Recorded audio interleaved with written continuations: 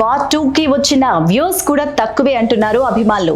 అయితే సోషల్ మీడియాలో ఎంత నెగటివిటీ జరుగుతున్నా తారక్ మాత్రం పాజిటివ్ గా స్పందించడం ఇప్పుడు హాట్ టాపిక్ గా మారింది. ఈ టీజర్ కు వస్తున్న స్పందనపై తాజాగా ఎన్టీఆర్ రియాక్ట్ అయ్యారు. ఈ ప్రశంసలు అభిమానులు కురిపిస్తున్న ప్రేమ చూస్తుంటే హీరో అయినందుకు చాలా చాలా హ్యాపీగా గర్వంగా ఉందని, ఈ ప్రేమను దేవుడు ఇచ్చిన వరంలా భావిస్తున్నానంటూ చెప్పుకొచ్చారు. ముఖ్యంగా వార్ 2 పై మీరు చూపిస్తున్న ప్రేమకు థ్యాంక్స్ అన్నారు. దేశంలోని ప్రతి మూల నుంచి వస్తున్న స్పందనకి నేను ఉప్పొంగిపోయాను. ఒక టీచర్ కే ఇలాంటి అభిమానం చూపిస్తే ఇక ముందు ముందు ఎలాంటి రిజల్ట్ ఉంటుందో అని అర్థమైపోతుంది అన్ని రేంజ్ లో చెప్పుకొచ్చారు జూనియర్ ఎన్టీఆర్. అయితే సోషల్ మీడియాలో ఇప్పుడు దీనిపై ఫుల్ నెగటివిటీ క్రియేట్ అయిపోయింది.